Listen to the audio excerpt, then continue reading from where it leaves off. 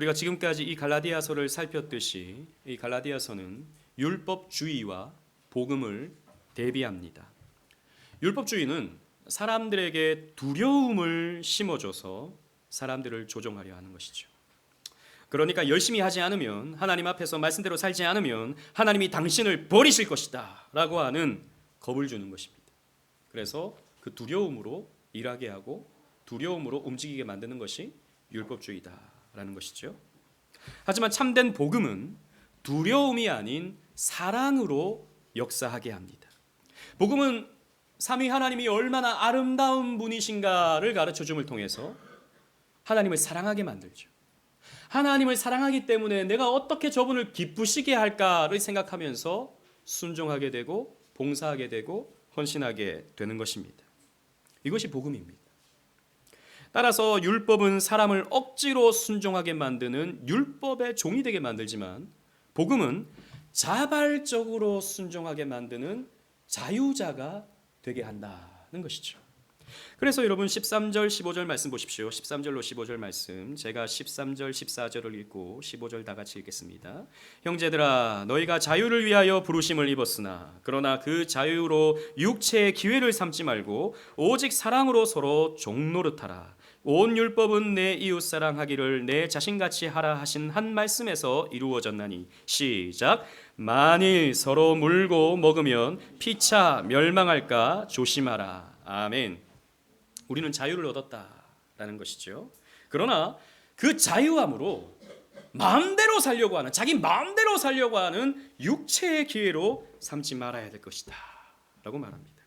그 자발적인 그 마음으로 다른 누군가에게 종이 되어줘야 될 것이다. 사랑하는 사람이 되어야 될 것이다. 여러분, 사랑이라고 하는 것은 의무로 되는 게 아니거든요. 그렇지 않습니까? 연애를 하는데 나는 저 사람을 의무감으로 사랑한다. 그건 사랑이 아니죠. 의무가 되는 것이죠. 형식이 되는 것이죠. 진정한 사랑은 자발적인 마음에서부터 시작되는 것입니다. 자발적인 마음. 그래서 하나님은요, 우리에게 자유를 주셨다라는 거죠. 그런데 이 13절부터 15절 말씀은 다음 주에 좀 더 구체적으로 살펴보도록 할게요. 바울은 오늘 본문에서 그래서 복음을 누리는 자들이 자발적으로 어떻게 살아야 하는가를 가르쳐 줍니다. 다시 말씀드리지만 우리는 이렇게 살아서 구원받는 게 아닙니다. 하나님을 사랑하기 때문에 이렇게 살려고 하는 것이죠. 하나님이 우리에게 구원을 주셨기 때문에 우리는 이렇게 살아야 되는 것이죠. 바울은 오늘 이 그리스도인의 삶에 대해서 첫 번째로 제시하는 권면이 성령을 따라 행하라 라고 하는 권면입니다. 여러분, 성령을 따라서 행한다는 것이 어떤 것일까요? 한 20년 전쯤에 제가 대학생 때 대한민국에서 가장 많이 팔리는 베스트셀러 기독서적이 있었는데, 베니 힌이라고 하는 미국 목사님이 쓴 안녕하세요 성령님이라는 책이 있었습니다. 읽어보신 분들이 꽤나 있으실 거예요. 그 책에서는 이렇게 가르칩니다. 아침마다 물으라는 겁니다. 안녕하세요 성령님, 내 안에 계시는 성령님한테 안녕하세요, 오늘은 누굴 만날까요? 물어보라는 겁니다. 그럼 성령님께서 누구를 떠올려 준다는 거죠. 우리 오늘 현정이를 만나라. 그러면 제가 현정이한테 전화해서 우리 오늘 만날까? 밥 사줄게 해서 만난다는 겁니다. 그러면 얘기하다 보면 이것 때문에 하나님이 만나게 해주셨구나 라고 하는 걸 알게 된다는 거죠. 그리고 뭐 그것뿐만 아니라 내가 어디로 취업을 해야 될지, 누구랑 결혼을 해야 될지 이런 것들을 성령님께 물으면 다 가르쳐 준다는 것입니다. 여러분, 이렇게 신앙생활하는 사람들이 꽤나 많아요. 근데 이 베니힌이라고 하는 이 목사님이 작년에 2024년에 인터뷰를 한 기사가 있는데 참 흥미로웠습니다. 그분은 이렇게 자신의 사역을 회고했습니다. 저는 저의 사역을 후회합니다. 저는 거짓 예언을 조장했고 번영 복음으로 사람들을 미혹했습니다. 저는 사람들에게 해를 끼쳤습니다. 라고 자신의 사역을 회고했던 것입니다. 여러분, 그렇습니다. 성령님은요, 그런 방식으로 우리를 이끌지 않으세요. 내가 누군가를 떠올리면, 누군가가 떠오를 때 이거 성령님께서 만나라고 떠올려 주셨구나, 이런 식으로 하나님이 우리를 이끌지 않는다, 성령님이 우리를 이끌지 않는다라는 것입니다.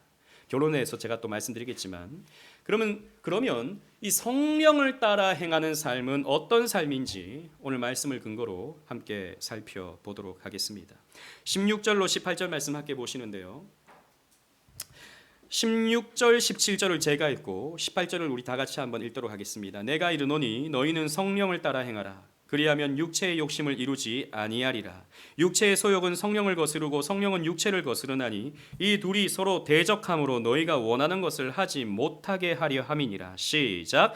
너희가 만일 성령의 인도하시는 바가 되면 율법 아래에 있지 아니하리라. 아멘. 바울은 성도 안에, 성도의 내면 안에 싸움이 있다라고 말합니다. 어떤 싸움입니까? 성령의 이끄심이 있고요, 육체의 소욕이 있다라는 것입니다. 이게 둘이 서로 대적하며 싸운다는 겁니다. 여러분 생각해 보세요. 여러분들 안에는 이런 내적인 갈등이 있습니까? 내적인 싸움이 있습니까? 성도에게는 이 싸움이 있어야 됩니다. 이 싸움이 없으면 성도가 아닙니다. 불신자죠. 성령은 말씀으로 우리를 이끌어 가십니다. 우리가 성경을 통해서 읽었던 말씀, 배웠던 말씀, 들었던 말씀, 이런 말씀들을 깨우치게 하면서 우리에게 어떻게 살아야 함을 가르쳐 주시죠. 하지만 내 안에 있는 육체의 소욕은 그렇게 살면 재미없을 것 같습니다. 성경대로 살면 너무 삶이 고리타분할 것 같아요. 그리고 저렇게 살면 내 인생이 성공할 수 없을 것 같습니다. 그런 육체의 소욕이 우리 안에 생기게 되는 것이죠. 사도 바울은 죄악된 본성을 육체라고 표현합니다. 이 바울 서신에서 언제나 육체라고 표현을 할 때 죄악된 본성을 말한다고 여러분 생각하셔야 돼요. 그래서 NIV 성경을 여러분 가지고 있는 분들이 꽤나 있으실 텐데, 그 NIV 성경에서 육체라고 하는 이 표현을 어떻게 사용하고 있냐, 어떻게 의역하고 있냐 하면 sinful nature라고 번역하고 있어요. sinful nature. 그러니까 악한 본성, 악한 성격, 이것이 우리 안에 있다라는 것이죠. 예수를 믿는 우리 안에는 이런 내적 갈등이 항상 존재합니다. 내 안에 있는 타락한 자는 끊임없이 이 죄악된 본성으로 우리를 끌고 간다는 것이죠. 하지만 성령이 우리 안에서 그렇게 하면 안 돼, 그것은 죄를 짓는 것이야 라고 하는 것을 가르치면서 말씀으로 우리를 이끌어 가신다라는 것이죠. 여러분, 그렇다면 육체의 소욕은 구체적으로 어떤 것입니까? 19절로 21절 말씀을 함께 보시겠습니다. 제가 19절, 20절 읽고 21절부터 다 같이 읽겠습니다. 우리 어린이들도 큰 소리로 읽어보는 거예요. 육체의 일은 분명하니 곧 음행과 더러운 것과 호색과 우상숭배와 주술과 원수 맺는 것과 분쟁과 시기와 분냄과 당짓는 것과 분열함과 이단과 시작. 투기와 술취함과 방탕함과 또 그와 같은 것들이라. 전에 너희에게 경계한 것 같이 경계하노니 이런 일을 하는 자들은 하나님의 나라를 유업으로 받지 못할 것이요. 아멘. 여러분, 팀 켈러 목사님은 이 많은 육체의 소욕에 대해서 4가지로 범주화시켰습니다. 묶어봤어요. 첫 번째는 성적인 범죄입니다. 19절 말씀 보시면 음행이 나오죠. 더러운 것이 나오죠. 호색이 나오죠. 이걸 하나로 묶어서 성적인 범죄다라고 했습니다. 음행이라는 말은 헬라어로 포르네이아라는 말인데, 포르노라고 하는 말이 여기에서 파생된 것입니다.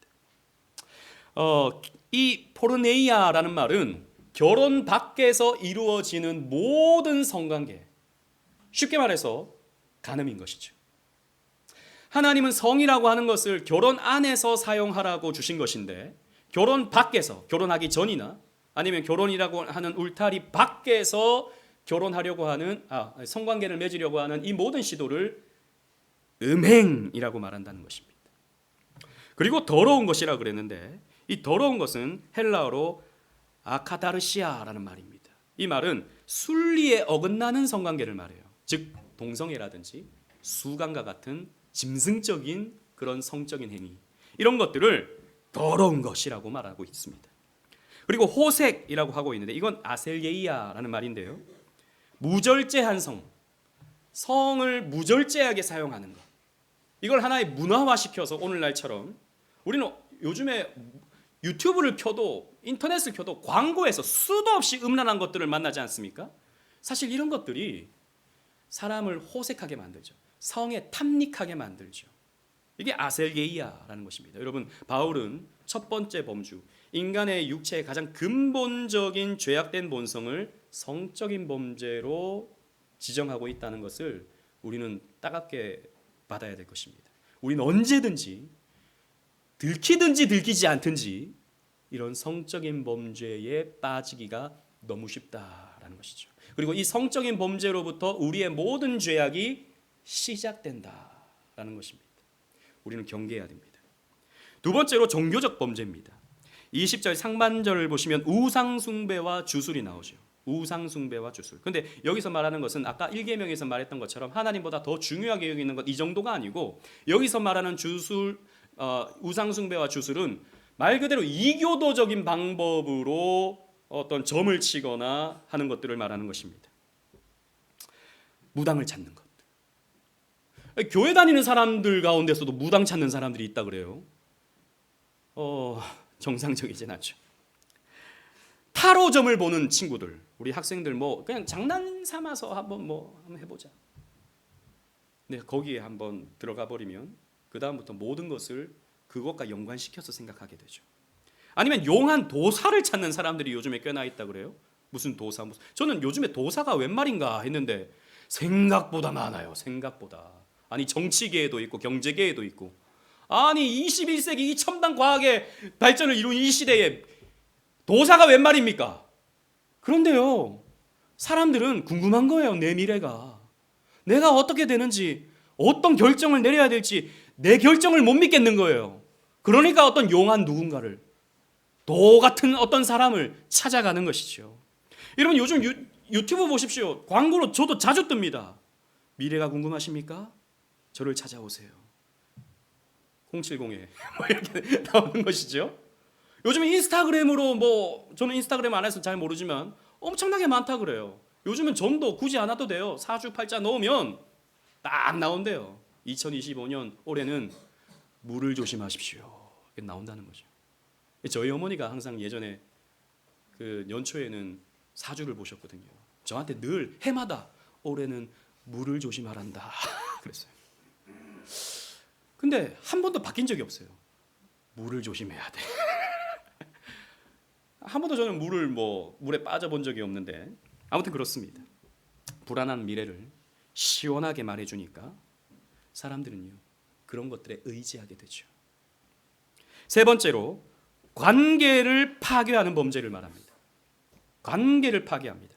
20절 하반절부터 보시면 원수 맺는 것, 분쟁, 시기, 분냄, 당 짓는 것, 분열함과 이단과 투기 이렇게 쭉 있어요. 마지막 여기 투기는 부동산 투기를 말하는 게 아니고 질투를 말합니다. 질투. 여기 원수 맺는 것부터 질투까지 그러면 다 어떤 내용입니까? 관계에 대한 문제인 것이죠. 여러분 한국 사회는 지금 우리 한국 사회에서 가장 잘 소비되는 어떤 문화의 어떤 코드가 있다면 여러분 뭐가 있을까요? 증오입니다. 혐오이죠. 한국 사회뿐만 아니라 지금 미국도 마찬가지고 전 세계가 그렇습니다. 우리는 누군가를 증오할 때 누군가의 어떤 못난 점을 보면서 혐오할 때 우리는 묘한 쾌감을 느낍니다. 어떤 카타르시스를 느껴요. 도파민이 빵빵 터집니다. 그래서 요즘에 가장 인기 있는 여러분 프로그램이 어떤 것입니까? TV 프로그램 제가 지난주에 말했지만 이혼숙녀 캠프 보면 막장이거든요. 막장. 이상한 남자들, 이상한 여자들 나오거든요. 그러면 그걸 보면서 우리는 욕하고 싶어져요. 저 좀 그 막대 먹은 남편 같으니라고. 그리고 금쪽 같은 내 새끼 이런 거 보잖아요. 그런 거면 그 이상한 애들 막 나오잖아요. 막 욕하고 싶어져. 어떻게 애가 저래? 아니면 애를 어떻게 저렇게 키웠어? 라고 우리 욕하고 싶어져요. 모든 문화의 코드가 혐오와 증오로 점철되고 있어요. 여러분 프랑스 작가 에밀 졸라는 이렇게 말했습니다. 증오란 신성한 것이다. 왜 이렇게 말했을까요? 사람들이 가장 찾는 것, 가장 갈망하는 것이 증오더라라는 것이죠. 이 에밀 졸라는 1차 세계대전이 일어나게 된 그 드레피스를 사람들이 증오하는 모습을 보면서 사람들이 신성하게 여기는 게 증오구나. 사람들이 가장 해소하고 싶은 것이 바로 증오구나 라고 하는 것을 보면서 이렇게 말했던 것입니다. 여러분 요즘에도 보면 언론들 그리고 유튜브라든지 조회수와 슈퍼챗을 얻기 위해서 가장 많이 사용하는 코드가 증오와 혐오입니다. 상대방을 악마화해서 끊임없이 저주를 퍼붓죠. 그러면 사람들은 사이다다 라고 말하는 것입니다. 여러분 이것이 바로 타락한 본성이 가지는 죄성입니다. 그래서 여러분, 타락한 인간의 첫 번째 아들 가인이 어떤 모습을 보입니까? 자기 동생을 증오함으로 쳐 죽여버리는 것이죠. 여러분, 성숙된 사회는 증오를 부추기는 것이 아니라 증오를 누그러뜨리게 하고 증오를 포용과 관용으로 바꾸는 것입니다. 그리고 마지막으로 네 번째 카테고리는 중독과 관련된 범죄입니다. 중독, 술 취함과 방탕함, 이 연결되는 것이죠. 술 취함과 방탕함. 한국 교회는 사실 술에 대해서 엄격한 입장을 가지고 있습니다. 처음에 오셨던 선교사님들이 금욕적인 청교도주의자들이 많았기 때문에 금주를 권했죠. 한국 사회가 또 너무 술을 마시면 뭐 말술로 마시니까 술을 마시지 못하게 교회에서 가르쳤던 것이죠. 그것이 한국 교회의 이제 문화로 자리 잡혀서 조금 성숙된 그리스도인은 술을 마시면 안 된다라고 이렇게 가르쳤죠. 그래서 이게 하나의 기준이 됐습니다. 술을 마시면 이상한 성도, 술을 안 마시면 신앙이 깊은 성도. 근데 여러분, 이 술이 그렇게 우리 신앙의 기준이 되지 못하거든요. 하나의 여러 가지 기준이 될 수는 있겠지만, 여러 가지 기준 중에 하나가 될 수는 있겠지만 술이 절대적인 기준은 아니거든요. 하지만 저는 거룩한 삶을 위해서 술을 절제하는 것은 믿음의 일이다라고 생각합니다. 왜냐? 성경은요, 술 취하지 말라라고 가르치거든요. 또 이런 말씀드리면 참 어떻게 여러 생각들이 나지만 예전에 저희 교회에 알코올 중독자 한 명이 열심히 나왔었거든요. 이 친구가 술을 안 마실 때는 아주 정상적이고 아주 뭐 잘합니다. 말도 참 이쁘게 하고. 근데 술을 마시잖아요. 근데 술을 마시면 이 친구는 말술로 마셔요. 말술로 마시고 그 다음에는 전화를 해가지고 목사님한테 서운한 것들을 다 말해요. 서운한 것들을. 있는 거 없는 거 다 말해요. 그래서 제가 그 친구를 보면서 그런 생각을 했습니다. 그래서 솔직히 제 정신일 때 이렇게 물어보는 거죠. 솔직히 서운하니까 그렇게 말했던 거 아니냐. 술 마시고 서운하니까 내가 그렇게 못해줬다고 본인이 느끼니까 그렇게 말했던 거 아니야. 근데 그 친구는 절대 아니라고, 난 전혀 서운하지 않다고, 술이 나를 그렇게 만들었다고 그렇게 말하더라고요. 근데 제가 볼 때는 뭐 하나하나를 다 기억하고, 제가 했던 말 하나하나를 다 기억하고, 제가 했던 행동, 저는 그냥 평범하게 한 행동이었는데 그 친구가 느낄 때는 왜 목사님이 나를 안 챙기고 저 사람을 챙기지? 라고 생각한 것이 서운하게 느꼈던 것이고, 그걸 술 마시고 저한테 얘기를 하는 거예요. 제가 느끼기로 그랬습니다. 술이라고 하는 것은 자아가 해체되는 거구나. 자아가 해체되는 거구나. 뭘 해야 되고 안 해야 되고 이게 없어지고 내 안에 있는 죄성이 그냥 드러나는 거구나 라고 하는 것을 생각했던 적이 있었어요. 여러분, 왜 성경에서 술 취하지 말라 그러죠? 술을 마시잖아요. 그럼 하나님의 형상이 파괴됩니다. 하나님의 형상이 파괴되고 어떻게 되냐? 짐승이 돼요. 짐승. 그냥 원초적인 추구함, 원초적인 욕망이 드러나는 것이죠. 원초적인 감정이 드러나는 것이죠. 짐승이 되는 것입니다. 그래서 성경은 에베소서 말씀에 에베소서 5장 18절에 너희들은 술 취하지 말고 무엇에 충만하라 그랬습니까? 성령에 충만하라 그랬습니다. 왜요? 우리는 성령의 지배를 받아야 되거든요. 근데 술에 취해버리면 술의 지배를 받는다는 것입니다. 그래서 짐승이 된다는 것이죠. 아니라는 것입니다. 성령의 충만함을 받으라. 그런데 여러분, 사람들이 왜 이 네 가지에 빠집니까? 왜 이 네 가지의 사람들이 빠지게 될까요? 이 모든 것은요, 자기 구원 전략입니다. 자기 구원을 위해서 여러분, 간음과 동성애와 호색을 못 끊는 거예요. 여러분, 동성애는 어떻게 보면 하나의 중독이라고도 할 수 있거든요. 그게 우리가 봤을 때는 왜 저러는지 몰라요. 근데 그게 하나의 중독이 됩니다.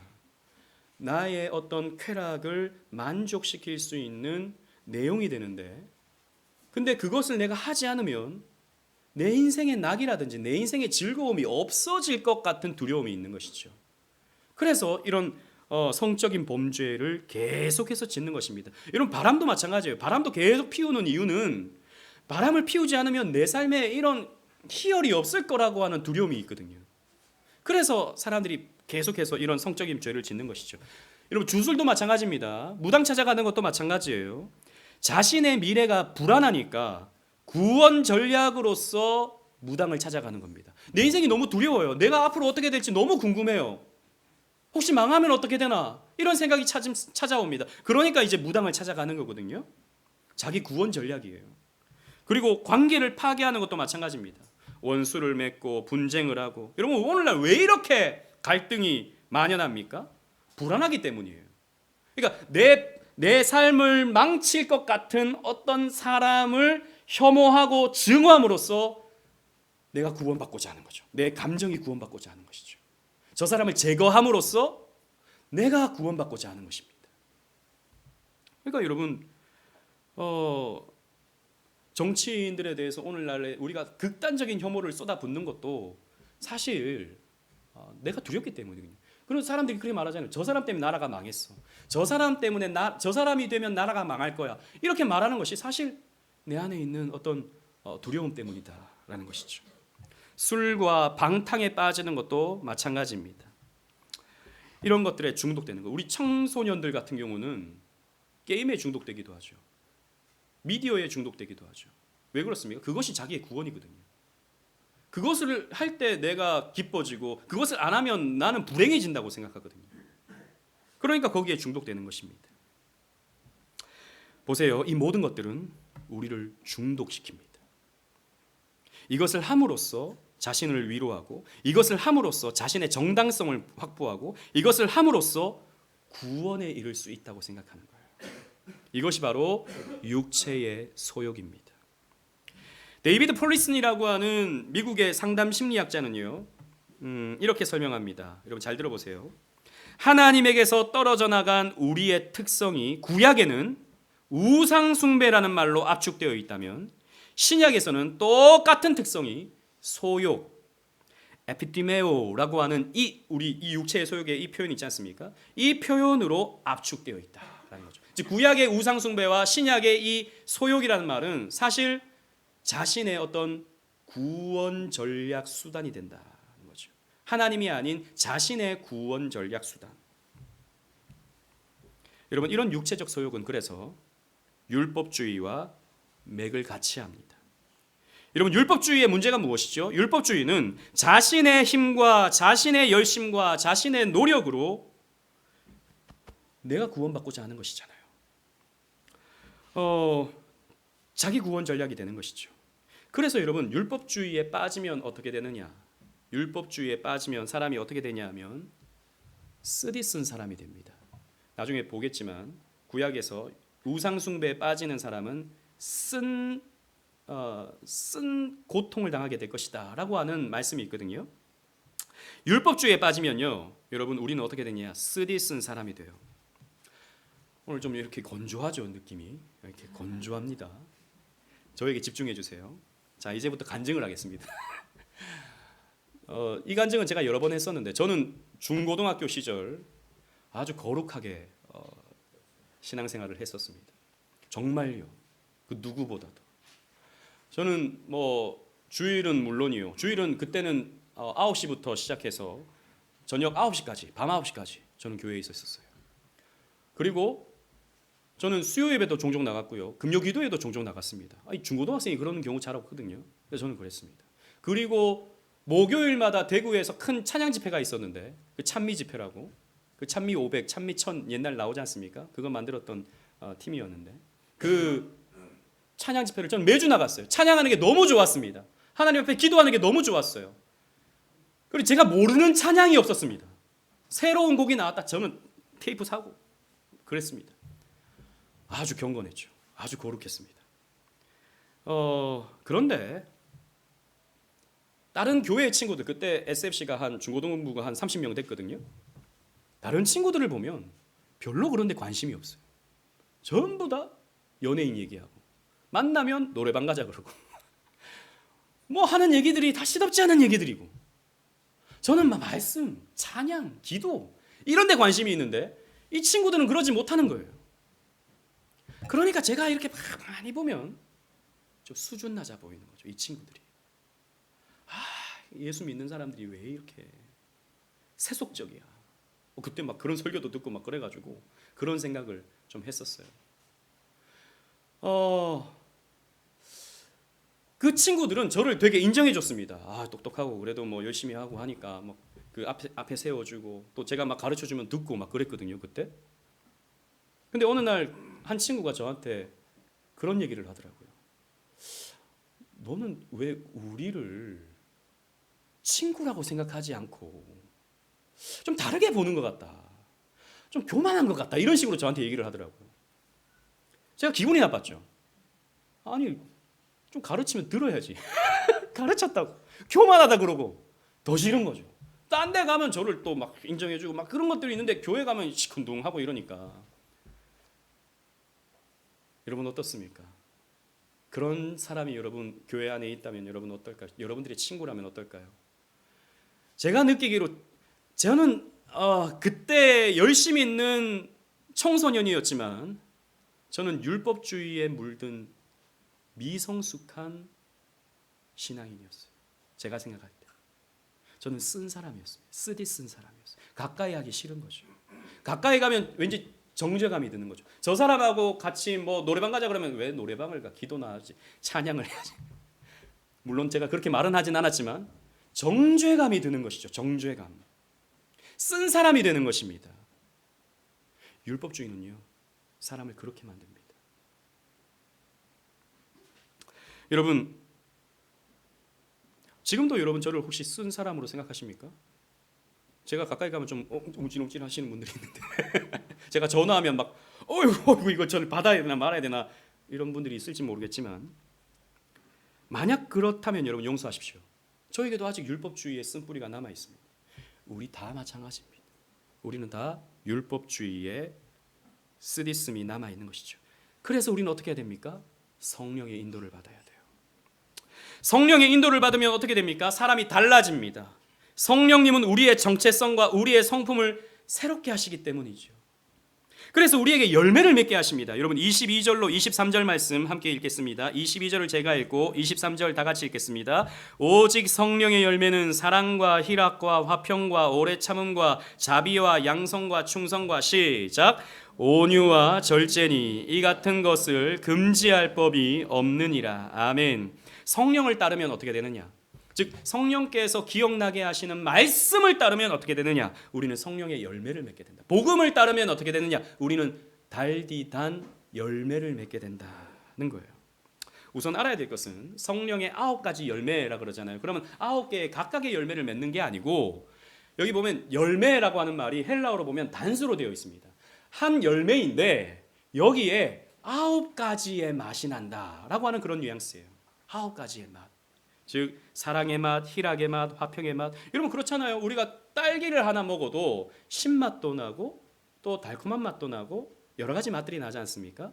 하나의 열매인데 여러 가지의 맛이 난다는 거죠. 근데 이 9가지 열매를 쭉 살펴보면 이게 뭐냐? 사실 하나님의 성품입니다.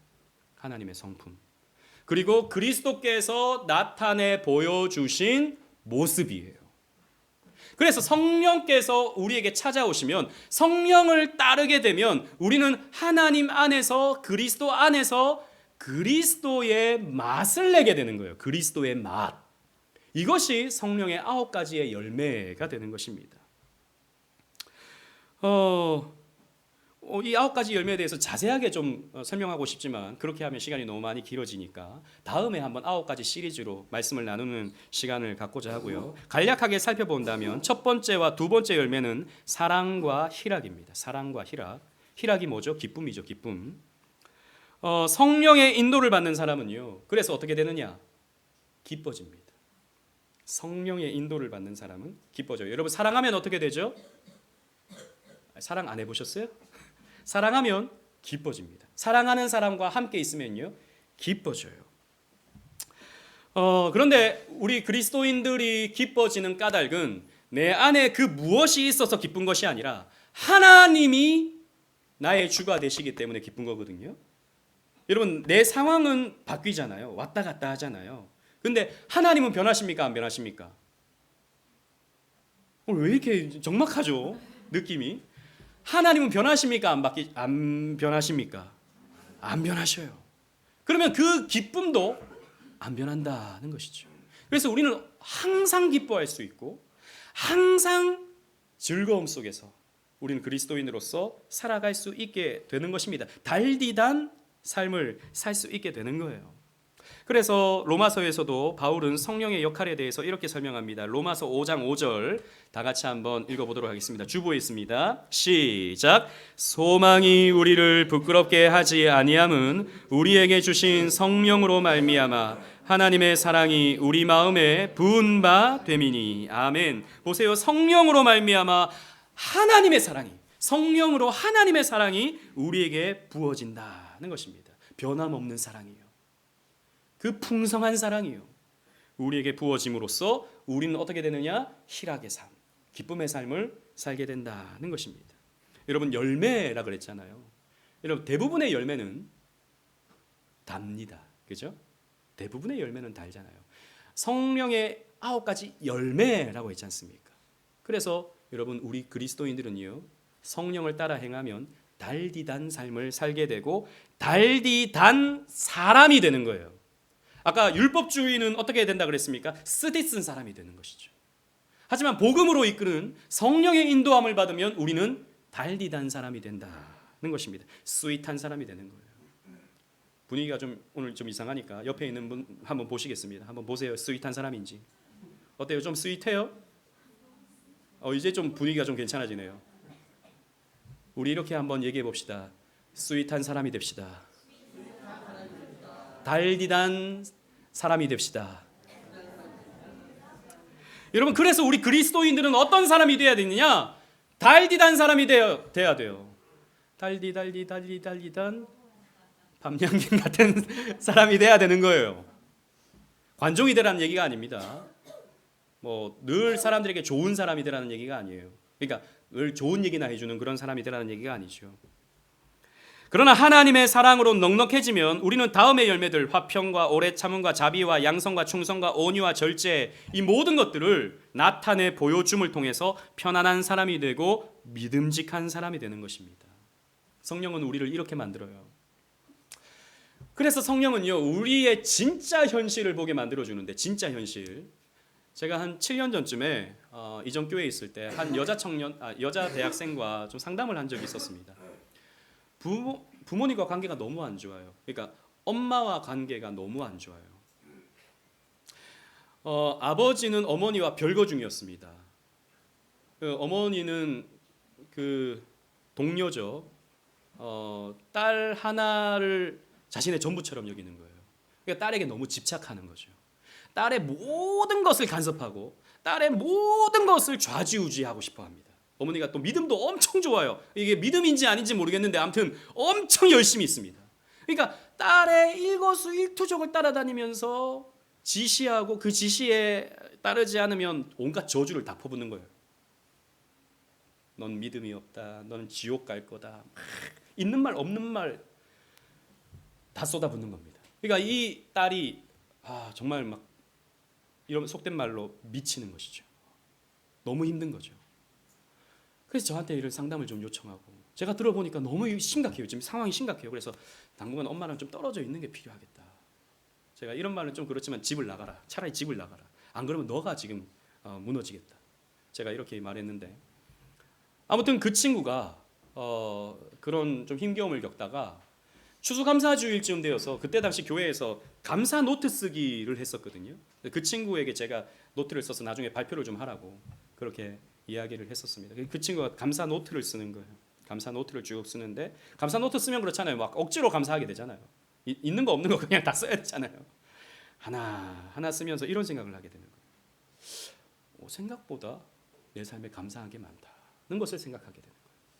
그리고 하나님을 생각하면서 이전에는 그냥 당연하게 생각했던 것들이 이게 다 하나님이 주신 거구나 라고 하는 것을 생각하게 되더라는 것이죠. 그렇게 생각하게 되다가 어디까지 가냐면 엄마까지 생각하는 거예요. 그러니까 자기가 엄마를 너무 편협하게 봤구나. 그러니까 엄마가 열을 해줬다면, 열을 잘해줬다면 나는 하나 잘못한 것 가지고 그게 그렇게 나는 힘들고 괴로웠구나.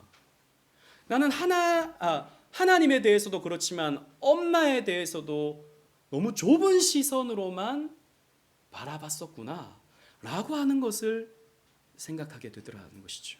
여러분 이해가 되시죠? 그죠? 그렇잖아요. 자녀들은 그래요. 열을 잘해줘도 그건 당연하다고 생각하고 하나를 안 해주면 그게 그렇게 서운하다고 난리예요. 우리가 하나님에게도 그렇거든요. 그러면서 생각보다 내가 엄마로부터 받은 사랑이 많구나 라고 하는 생각을 하게 되면서 자기가 엄마를 용서하게 됐다는 얘기를 제가 들었습니다. 여러분 바로 이게 성령의 이끄심이거든요. 그게 성령의 이끄심입니다. 여러분 성령은요 우리를 달디단 사람으로 만들어주면서 우리의 삶을 달디단 삶으로 이끌어주면서 우리의 삶을 사랑의 삶으로 변화시킨다는 것이죠. 여러분 우리가 맛있는 거 먹을 때보다 사실 좋은 사람과 함께 시간을 보내는 것이 훨씬 더 좋지 않습니까? 그렇게 달디단 인생을 살게 만들어주는데 여러분 보세요. 하나님은 우리를 만드실 때 달디단 인생으로 만들어주셨습니다. 달디단 인생. 그래서 아담과 하와가 처음 지음을 받았을 때 에덴 동산에 있는 모든 실과를 마음대로 따먹을 수 있었어요. 선악과를 먹는 것 말고 모든 것을 자유롭게 따먹을 수 있었습니다. 뭐 한 것도 없이 노력한 것도 없이 다 그 닮을 먹을 수 있었죠. 그런데 뱀이 찾아옵니다. 뱀이 찾아와서 사탄이 미혹을 하는 것이죠. 선악과를 먹고 스스로 구원에 이르러 자기 구원 전략을 가지라고 하나님이 되라고 이렇게 말을 합니다. 그 말을 들으니까 아담과 하와는 어느 순간 자신이 압제당하고 있구나. 내가 지금 하나님에 의해서 착취당하고 있구나 라고 하는 것을 생각하게 됩니다. 그러면서 자기 구원 전략으로서 선악과를 따먹어 버리죠. 여러분 그 다음부터 아담과 하와의 인생이 어떻게 됩니까? 쓰디쓴 고통의 삶이 찾아오는 것이에요. 구약 성경에 보면 우상 숭배로 인한 인간의 삶을 이렇게 표현하고 있습니다. 예레미야 23장 15절 말씀 주고 있습니다. 우리 다 같이 한번 읽겠습니다. 시작. 그러므로 만군의 여호와께서 선지자에 대하여 이와 같이 말씀하시니라. 보라, 내가 그들에게 쑥을 먹이며 독한 물을 마시게 하리니 이는 사악이 예루살렘 선지자들로부터 나와서 온 땅에 퍼짐이라 하시니라. 아멘. 보세요. 거짓 선지자들이 이 이스라엘 사람들을 우상 숭배로 이끌어가 버립니다. 그러니까 하나님이 쑥을 먹이며 독한 물을 마시게 하겠다라고 말씀하십니다. 여러분 하나님 외에 다른 것을 자기 구원 전략 수단으로 삼을 때 인간은 계속해서 쓰디쓴 고통을 당하는 거예요. 여러분 하나님이 아닌 다른 그 육체의 소욕으로 여러분들이 살잖아요. 쓰디씀을 여러분 벗어나지 못합니다. 쓴 인생을 벗어나지 못합니다. 그런데 수백 년이 지나서 예수님께서 이 땅에 오시죠. 예수님은 이 9가지의 열매를 다 나타내 보여주셨습니다. 여러분 예수님이야말로 달디단 분이세요. 삼위 하나님과의 관계에서 그 달디단 사랑을 나누셨고요. 그 달디단 사랑을 베풀어 주셨습니다. 그런데 여러분 예수님께서 마지막에 쓴 잔을 마시시죠. 쓴 잔을 마십니다. 요한복음 19장 30절 말씀 주보했습니다. 다 같이 읽겠습니다. 시작. 예수께서 신포도주를 받으신 후 이르시되 다 이루었다 하시고 머리를 숙이니 영혼이 떠나가시니라. 아멘. 여러분 예수님께서 왜 마지막에 신포도주, 다르게 표현하면 쓴 포도주를 마시셨을까요? 왜 예수님께서 그 쓴 잔을 마시셨을까요? 80년대에 아주 그냥 한국교회에 큰 영향을 미쳤던 찬양팀이 있었는데 주찬양이라고 하는 팀이 있었습니다. 아시는 분 많을 거예요. 그 주찬양의 1집의 타이틀곡이 뭐냐? 너의 쓴 잔을이라는 찬양입니다. 너의 쓴 잔을 내가 마시었고 나는 너에게 단잔을 주었노라. 이 찬양이 이 복음의 진리를 잘 전해줍니다. 예수님께서 쓴 잔을 가져가시고 우리에게는 달디단 잔을 주셨어요. 복음을 주신 겁니다. 이 복음으로 성령의 인도함을 받으면 우리는 달디단 인생을 살게 되는 거예요. 말씀을 맺겠습니다. 성령님은요, 정확하게 그리스도께서 베푸신 말씀, 성경 전체의 말씀을 통해서 우리를 깨닫게 하시고 그 말씀을 생각나게 만드시는 분이세요. 어떤 순간순간에 어떤 지시를 통해서 뭐 이리로 가라 저리로 가라 누구를 만나라 이렇게 가르쳐 주시는 분이 아니고 성경의 지시에 따라서 죄를 죽이고 선을 행하게끔 만들어 주시는 분이 성령 하나님이십니다. 그래서 여러분 무슨 성령님 뭐 신비한 음성을 들으시라 이런 것에는 여러분 귀를 막으셔야 됩니다.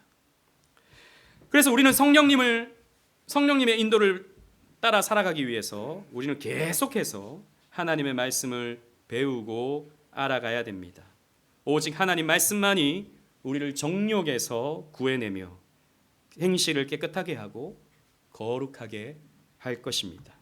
성령의 인도하심 속에서 말씀을 배우고 실천함으로 달디단 믿음의 삶을 살아가는 저와 여러분들 되시기를 주님 이름으로 축원합니다.